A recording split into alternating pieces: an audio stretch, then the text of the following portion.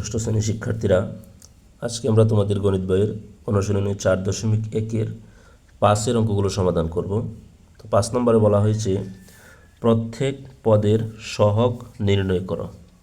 এখানে যে পদগুলো দেওয়া আছে প্রত্যেকটা পদের সামনে কি সহগ আছে, এই সহগটা আমাদেরকে নির্ণয় করতে হবে। অর্থাৎ সহজ কথায় বললে, যেমন এখানে 6b দেওয়া আছে, এই পদের মধ্যে 6 একটি সংখ্যা, বি একটি অক্ষর। তো এই বি যে অক্ষরটা, এই অক্ষরের সহগ হলো 6, মানে তার সঙ্গে সাংখ্যিক যে মানটা থাকবে এই সংখ্যাটাই মূলত কি সহগ। তো আমরা দেখি 5-এর ক। এখানে 1 নম্বর হলো 6b। তো এই জায়গাতে আমরা বি এর সহগ বের করব। বি এর সহগ, যেহেতু বি এর সাথে 6 আছে, 6টাই হবে কি বি এর সহগ। বি এর সহগ 6।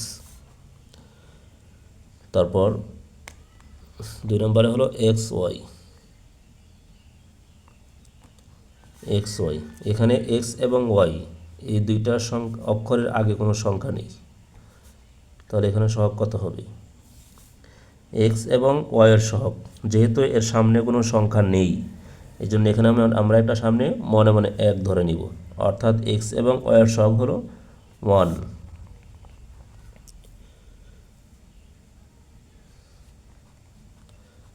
সেভেন এবি, এখানে এ বি এর সহগ।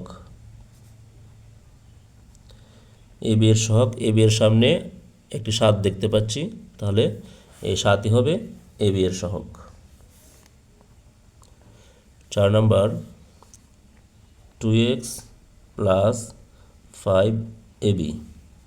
এখানে 2টি পদ আছে, ওনারা বলছিল প্রত্যেকটি পদের সহগ বের করতে। আমরা 2টা পদেরই আলাদা আলাদা সহগ বের করব। প্রথমে এই পদে 2x, এখানে x এর সহগ বের করব। x এর সহগ 2। তারপরে পরের পদে এ বি এর সহগ কত হবে? 5।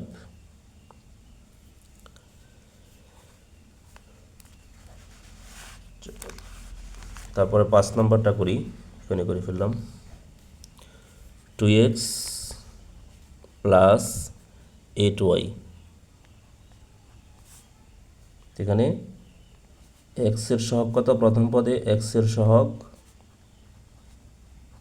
2, দ্বিতীয় পদে y এর সহগ 8। 6 নম্বর 14y - 4z। যেখানে y এর সহগ, y এর সহগ হবে, y এর সহগ 14। তারপরে z এর সহগটা এখানে হবে, যদি সহগের সামনে মাইনাস থাকে, কোনো পদের সামনে মাইনাস থাকে, মাইনাস সহ সহগ উল্লেখ করতে হবে, তাহলে এখানে z এর সহগ হবে -4। 7 নম্বর -1/2 x y z।